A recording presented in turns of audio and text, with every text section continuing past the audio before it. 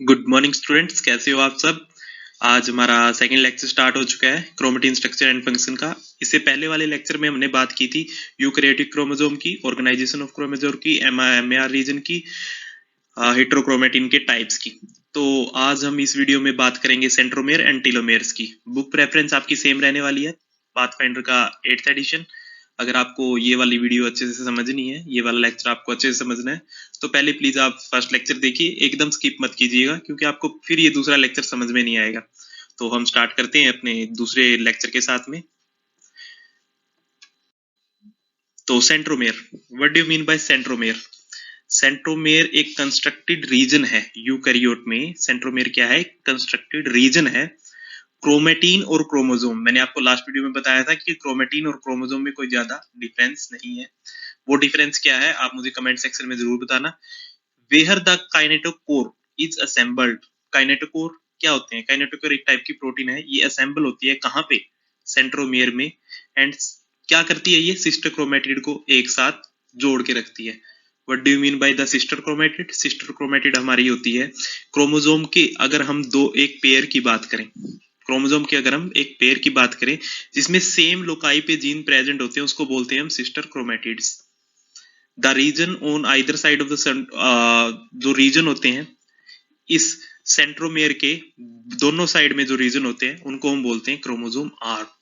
एक नोट कीजिएगा, ये बहुत ही इंपॉर्टेंट क्वेश्चन है। इसकी same as it is line हमारे CSIR नेट में देखने को मिली थी, इसकी सेम लाइन गेट में देखने को मिली थी, और इसका सेम क्वेश्चन हमारा जो आया था वो CUT PG 2022 में भी आया था। तो ये बहुत ज्यादा इंपॉर्टेंट है।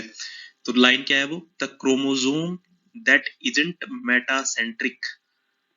ये टाइप होते हैं क्रोमोसोम के, मेटासेंट्रिक, सब मेटासेंट्रिक, टिलोसेंट्रिक, ये सब मैं आपको बताऊंगा, 4 टाइप होते हैं इसके। लेकिन इधर ये बात नोटिस करने की, the chromosome that isn't metacentric, P represent the short arm, P represent the short arm and Q represent the long arm of the chromosome। अगर आपको किसी भी इक्वेशन में अगर वो क्रोमोसोम से रिलेटेड है, एप्लीकेशन बेस्ड अगर आपके पास क्वेश्चन आया है, अगर वो क्रोमोसोम से रिलेटेड है, तो उसमें P क्या रिप्रेजेंट करेगा?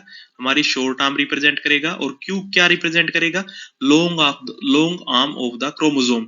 आर्म क्या होती है क्रोमोसोम की? जो काइनेटोकोर या सेंट्रोमेयर की जो मिलके जो प्रोटीन कॉम्प्लेक्स बनाता है, उनके आइदर साइड में जो जो भी आपको 2 लाइनें दिखेगी, उसको हम बोलते हैं क्रोमोसोम आर्म्स। ठीक है। सेंट्रोमेयर के पास कोई डिफाइंड अपना DNA सीक्वेंस नहीं होता, ये large array of tandemly repeated DNA sequence है। Large array of tandemly repeated DNA क्या होता है? मान लीजिए कि अपना जो DNA है वो किससे बनता है? वो AT एंड GC से बनता है, एडेनिन, थायामीन, ग्वानिन और साइटोसिन, इससे मिलके हमारा DNA बनता है। तो इसने क्या बोला है कि जो सेंट्रोमेयर है वो कैसे बनेगा? सेंट्रोमेयर कैसे बनता है? सेंट्रोमेयर बनता है consist of large array of tandemly repeat, मतलब कि ऐसे कुछ आपको देखने को मिलेगा, ATTTTAGGGGG, ऐसा आपको देखने को मिलेगा। तो सेंट्रोमेयर का ये इसका कोई डिफाइन नहीं होता है कि ऐसे ही मिलेगा, ये इसी सीक्वेंस में मिलेगा, बस आपको एक लार्ज रिपीट बार बार यही चीज आपको देखने को मिलेगी। जैसे ATAG, ये 200 बार रिपीट हो गया, 100 बार रिपीट हो गया, तो इसको बोलते हैं हम। तो इस डिफाइन नहीं होता DNA सीक्वेंस, बस ये। तो सेंट्रोमेयर के हमारे 2 टाइप होते हैं, एक पॉइंट सेंट्रोमेयर एंड एक रीजनल सेंट्रोमेयर। दोनों ही बहुत ज्यादा इंपॉर्टेंट है, इससे क्वेश्चन आपका बिल्कुल आ सकता है, बिल्कुल ही ये बहुत ज्यादा इंपॉर्टेंट है। तो पॉइंट सेंट्रोमेयर क्या होता है? पॉइंट सेंट्रोमेयर होता है जहां पे that is occupied by a single centromeric nucleosome, single centromere nucleosome and attach to a single microtubule. अगर हमें पॉइंट सेंट्रोमेयर देखना है तो पॉइंट सेंट्रोमेयर वो होगा जहां पे सिंगल माइक्रोट्यूब्यूल अटैच होगा। सिंगल माइक्रोट्यूब्यूल किस चीज को बोल रहे हैं हम? हमारे जो सेल डिवीजन होती है उसका एक फेज होता है, एनाफेजिक फेज। एनाफेजिक फेज में हमारी जो दोनों क्रोमोसोम की आर्म है वो सेपरेट होती है। उन चीज को सेपरेट करने के लिए हमारे काइनेटिक कोर से या सेंट्रोमेयर के साथ एक कॉम्प्लेक्स बनता है, जो उससे अटैच होते हैं माइक्रोट्यूब्यूल, जो उसको टुवर्ड द अपोजिट एंड लेके जाने में मदद करते हैं, फिर उसकी सेल डिवीजन होती है, साइटोकाइनेसिस हो जाती है, फिर उसकी सेल डिवीजन हो जाती है। तो वहां पे तो पॉइंट सेंट्रोमीटर क्या होगा, जिसकी एक ही सिंगल माइक्रोट्यूब्यूल के साथ उसकी अटैचमेंट होगी।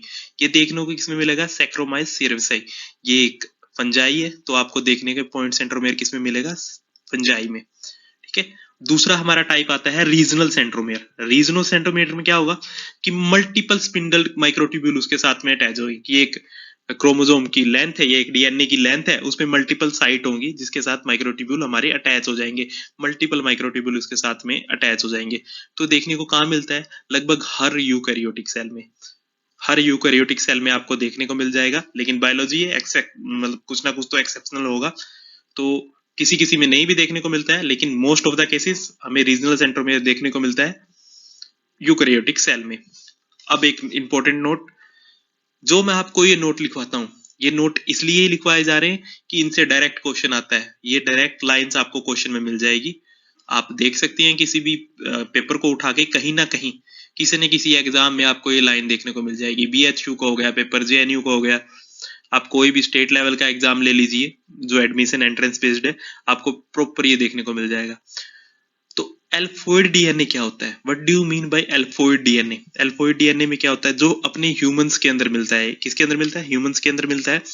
तो रीजनल सेंट्रोमेयर, तो हमने बोला था ना कि सेंट्रोमेयर का कोई डिफाइंड सीक्वेंस नहीं होता है, मतलब कि इसका कोई डिफाइंड सीक्वेंस नहीं है, लेकिन अगर इसमें हम डिफाइंड सीक्वेंस कर दें, तो ह्यूमंस में अगर regional centromere are made of 171 base pair, इसको हम ऐसे भी बोल सकते हैं 171 बीपी, अगर ये रिपीटिंग यूनिट है तो इसको बोल देंगे हम alphoid DNA. Kindly note that, screenshot ले लीजिए, अपनी कॉपी पे लिख लीजिए, ये आपको बहुत हेल्प करने वाला है। तो नेक्स्ट स्लाइड पे चलते हैं हम। क्रोमोजोम, क्रोमोजोम को हम किस लिए कैसे क्लासिफाइड कर सकते हैं, तो क्रोमोजोम को क्लासिफाइड करने के बहुत सारे तरीके हैं। क्रोमोजोम को हमने हेटेरोक्रोमेटिन में डिफाइन किया था और यूक्रोमेटिन में डिफाइन किया था। वो किस बेसिस पे किया था कि डार्कली स्टेन्ड हो रहे हैं या कम स्टेन हो रहे हैं। लेकिन यहाँ पे क्रोमोजोम को हम डिफाइन या उसको डिवाइड कर सकते हैं base on the centromeric position, कि सेंट्रोमर कहाँ है, उससे हम क्रोमोजोम को डिफाइन या डिवाइड कर सकते हैं। तो सबसे पहला हमारा टाइप आता है मेटासेंट्रिक क्रोमोजोम। सबसे पहला हमारा आता है मेटासेंट्रिक क्रोमोजोम। जिस क्रोमोजोम में अगर सेंटर में सेंट्रोमेयर प्रेजेंट हो, उसको हम बोलेंगे, क्या बोलेंगे उसको हम, मेटासेंट्रिक। तो देखो ये एनाफेजिक शेप आपको दिख रही होगी। एनाफेजिक शेप का मतलब है कि एनाफेजिक आपको मूवमेंट दिख रही होगी, ये माइग्रेशन हो रही है, कि जैसे ही यहाँ पे माइक्रोट्यूब्यूल अटैच होंगे तो ये माइग्रेशन हो रही है। तो ये क्या शेप बना रही है, आपको सामने से दिख रही है कि एक वी शेप बना रहा है। तो वही इसमें बताया हुआ है कि if centromere is located exactly in the middle of chromosome, the two arms of the chromosome are nearly equal. तो दोनों आर्म आपको इक्वल दिखेंगी, दोनों की दोनों आप इक्वल दिखेगी। और क्रोमोसोम की शेप में, मतलब during the anaphasic movement, cell division के मूवमेंट में, तो वो वी शेप में दिखेगा। आपको यहाँ पे डायग्राम में दिख रही है, ये वी शेप में आपको दिखेगा।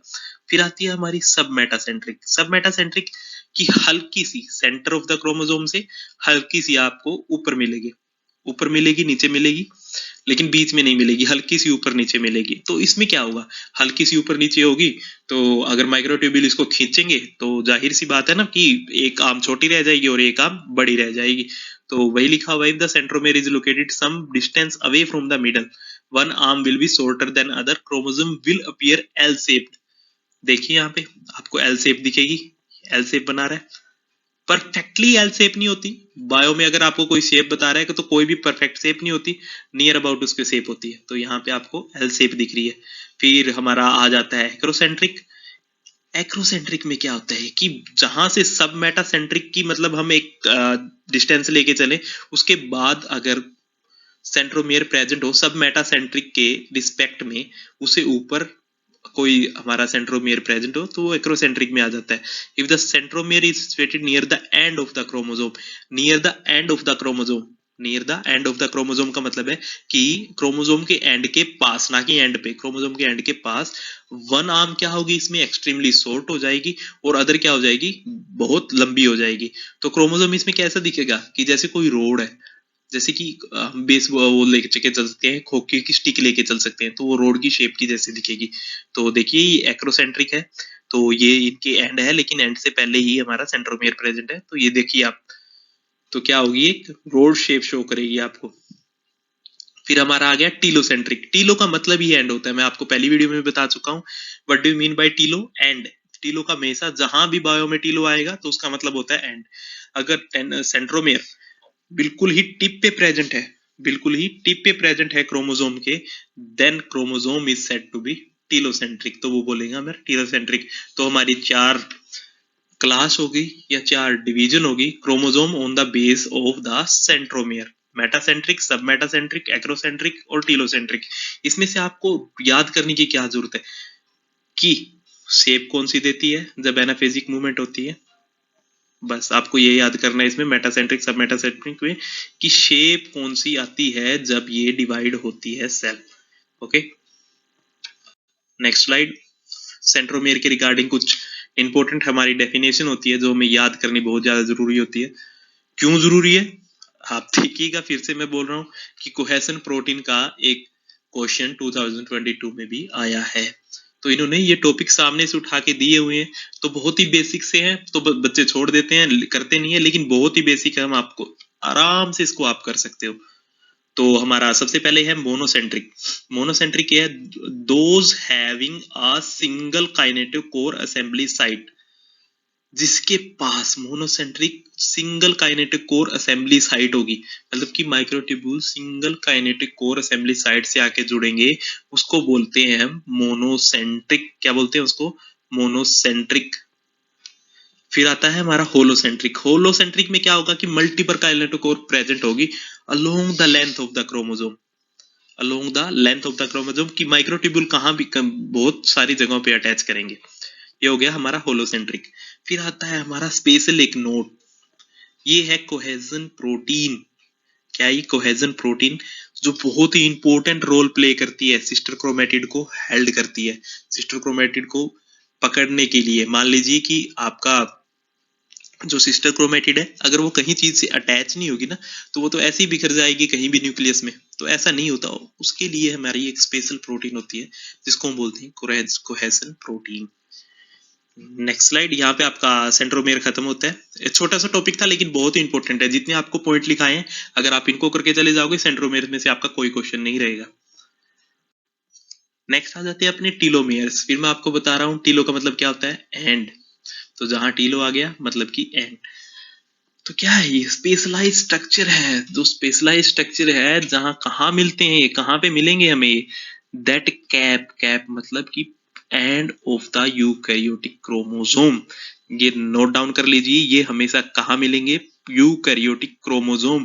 प्रोकैरियोटिक में टीलोमेयर्स हमें नहीं मिलते, they only found in eukaryotic chromosome. बिल्कुल ही एंड पे ये प्रेजेंट होंगे। फंक्शन क्या होते हैं, क्यों टीलोमेयर प्रेजेंट होते हैं on the end of the chromosome, क्यों इधर यहाँ नहीं प्रेजेंट होते? तो उसके कुछ रीजन है। ये क्या करता है? मेंटेनिंग द स्ट्रक्चरल इंटीग्रिटी, की जो क्रोमोसोम की शेप है, जो उसका स्ट्रक्चर है, उसको मेंटेन रखता है। एप्लीकेशन बेस्ड क्वेश्चन यहाँ से बन सकता है कि मान लीजिए कि ये स्ट्रक्चरल इंटीग्रिटी को रखता है, तो आपसे डायरेक्ट ये तो कोई पूछेगा नहीं कि टेलोमेर्स करता क्या है, तो मैक्सिमम बच्चे उसका जवाब देंगे। तो एग्जामिनर इस क्वेश्चन को थोड़ा घुमा देते हैं, वो बोलते हैं कि इफ टेलोमेयर इज लॉस्ट तब क्या होगा? तो क्या होगा? Resulting chromosome and is unstable. तो क्रोमोसोम का जो एंड होगा वो अनस्टेबल हो जाएगा। टेलोमेयर एक काम और करता है, अगर उसके एंड को स्टेबल रख रहा है तो ऑफकोर्स सी बात है कि उसमें वो रेप्लिकेशन में भी हेल्प करेगा। तो रेप्लिकेशन हमारी जो होती है एंजाइम बेस्ड होती है, एंजाइम काम करते रहते हैं, हमारी आगे आगे रेप्लिकेशन चलती रहती है। तो टेलोमेयर इस बात को पक्का करता है कि जो रेप्लिकेशन हो वो एंड तक, क्रोमोसोम के एक्सट्रीम एंड तक वो कंप्लीट हो। तो क्रोमोसोम तो टेलोमेयर्स की कुछ प्रॉपर्टी भी है, टेलोमेयर्स की सम प्रॉपर्टी है। कुछ प्रॉपर्टी है। नंबर 1 प्रॉपर्टी है इसकी, eukaryotic telomere consist of long array of short and tandemly repeat sequence. तो यूकैरियोटिक टेलोमेयर क्या है? Consist of long array of short, मतलब मान लीजिए जैसे हमारे ह्यूमन में होता है T A G G G, T T A G G G, तो इसकी ही रिपीटेड सीक्वेंस होगी। तो एक छोटा सा हो गया हमारे पास ये शॉर्ट हो गया, लेकिन ये repeated sequence may be multiple 1000 time ये रिपीट हो रही है, 1000 टाइम ये रिपीट हो रही है, तो ये टीलोमेर का आखिरी सीक्वेंस होता है। Telomere sequence is present in G rich guanine, 4 base pair होते हैं, एडेनिन, थायामिन, गुआनिन और साइटोसिन, ठीक है। लेकिन ये प्रेजेंट किस में होता है, जहां पे टेलोमेर मिलेंगे वहां जी रिच आपको रीजन मिलेगा। अगर आपको टेलोमेर देखने हैं कि इस सेल के अंदर टेलोमेर प्रेजेंट है या नहीं है, आप देखिए कि उसमें जी रिच रीजन है या नहीं है। तो आपके लिए गेट का ये क्वेश्चन बहुत ज्यादा इंपॉर्टेंट, गेट के लिए आपको ये बहुत अच्छे से याद रखना पड़ेगा। ऐसा याद रखिए कि आप कभी भूल लेना। सीयूटी पीजे में आने के भी इसके 70-80% चांसेस है।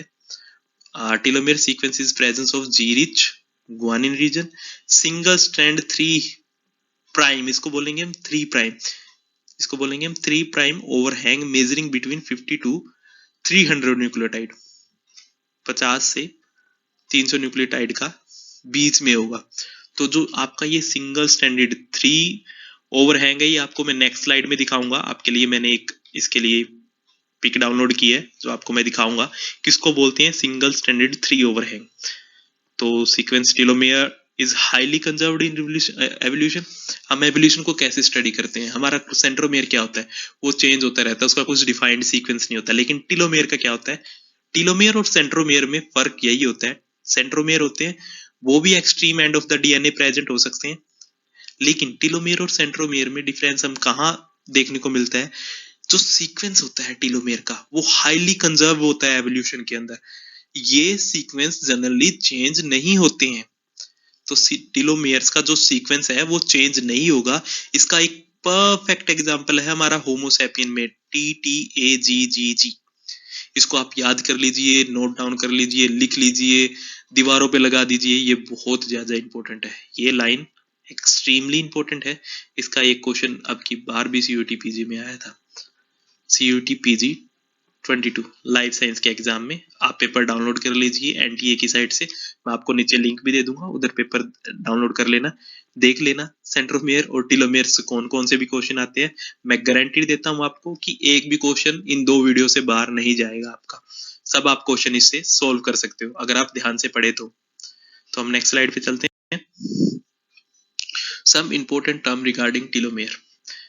शेल्ट्रन कॉम्प्लेक्स, ये आपका CSIR गेट लेवल का क्वेश्चन है, मे बी सीयूटी पीजी में ना पूछे, पर नॉलेज के लिए, आपकी नॉलेज के लिए बहुत ज्यादा इंपॉर्टेंट है।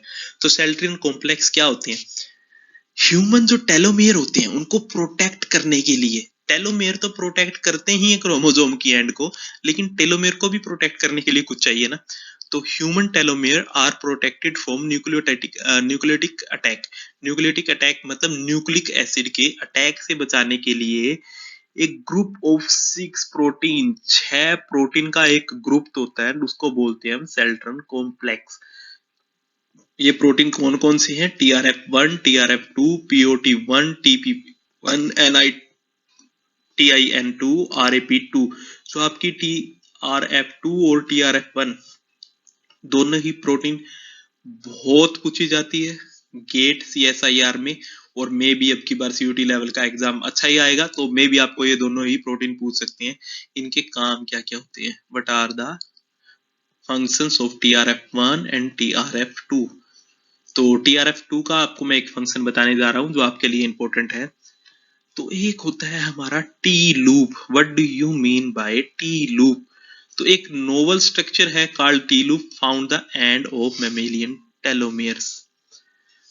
मैमेलियन टेलोमेयर्स में, किसमें, मैमेलियन टेलोमेयर्स में जो क्रोमोसोम के एंड होंगे, जो क्रोमोसोम के एंड होंगे उधर एक स्ट्रक्चर मिलेगा जिसको हम बोलते हैं टी लूप। ये बनता किस प्रोटीन से है, TRF2 से बनता है। TRF प्रोटीन मैंने कहाँ पढ़ी, शेल्ट्रन कॉम्प्लेक्स में, ठीक है। TRF2 से ये बनेगा और मिलेगा किसमें, बस मैमेलियन टेलोमर्स में। कहाँ मिलेगा, बस मैमेलियन, और किसी में नहीं मिलेगा आपको, मैमेलियन टेलोमर्स में ही मिलेगा। तो ये आपका टी लूप का स्ट्रक्चर है, आप इसको देख सकते हैं टी लूप, ये लूप ही बनी है हुई है एक तरह से। तो ये क्या करता है, ये प्रोटेक्ट करता है, न्यूक्लियोटिक अटैक से प्रोटेक्ट करता है। जो मैं आपको ओवरहैंग बता रहा था, ये है सिंगल स्टैंडर्ड ओवरहैंग। इसके नीचे आप देख सकते हैं कि 5 प्राइम के आगे कुछ भी नहीं है। तो ओवरहैंग का मतलब है कि लटकना, तो आपको ये लटकता हुआ ही दिखेगा। तो बायो में जितनी टर्म दी जाती है वो ऑब्जर्वेशन से दी जाती है। तो अगर आपको थोड़ा सा अजीब लगे तो अजीब नहीं लगना चाहिए, क्योंकि आप अंडर माइक्रोस्कोप इन चीजों को स्टडी करोगे तो जो भी टर्म आपको दी गई है वो आप एग्जैक्टली देख पाओगे। तो सिंगल स्टैंडर्ड ओवरहैंग देखना, इसमें हुआ क्या है कि रेप्लिकेशन हो रही है, तो यहाँ पे आके रेप्लिकेशन हो गई है बंद। तो 3 प्राइम टू 5 प्राइम हमारी रेप्लिकेशन चलती है, ये हमारा टेम्पलेट स्ट्रैंड है, ये हमारा कोडिंग स्ट्रैंड हो गया। तो यहाँ पे चली हुई है, लेकिन लास्ट में आके यहाँ पे बंद हो गई है। अपने अपने रीजन होते हैं, कुछ एंजाइम वर्क ऐसा करते हैं कि उसको रोक देते हैं। तो ये हमारा ओवरहैंग हो गया। आप इसमें भी देखिए ना, इसमें भी आपको रिपीट होता हुआ देगा TTAGGG, तो ये जितना भी आप रिपीटेड सीक्वेंस देख रहे हैं तो ये सब टीलोमेयर के रिपीटेड सीक्वेंस है। और आपको याद दिला दूंगी TTA GGG कहाँ पे मिलता है, ह्यूमंस में। ह्यूमंस टेलोमेयर का ये एक एग्जाम्पल है, तो प्लीज इसको याद कर लेना, इसको भूलना नहीं। Thank you. आपका सिलेबस एक टॉपिक यहाँ पे खत्म हो गया है। पूरे 8 टॉपिक्स हैं आपके सिलेबस के, 8 टॉपिक्स हैं, तो एक टॉपिक्स हमारा यहाँ पे 2 लेक्चर्स में ही खत्म हो गया। जो आपकी टेस्ट सीरीज है वो आपको जल्दी मतलब शेयर कर दूंगा। आपकी किस हिसाब से आप क्वेश्चन चाहते हो, जहां पे भी आपको डाउट आएगा क्वेश्चंस में, प्लीज आप कमेंट सेक्शन में डाल देना। आपको कुछ अपनी पर्सनल कुछ इंक्वायरी करनी है, मेरी आप मेल डाल दूंगा, आप उस मेल पे मुझसे कांटेक्ट कर सकते हैं। और थोड़ा सा अच्छा प्रिपेयर करके आना, क्योंकि क्वेश्चंस में टफ डालने वाला हूँ।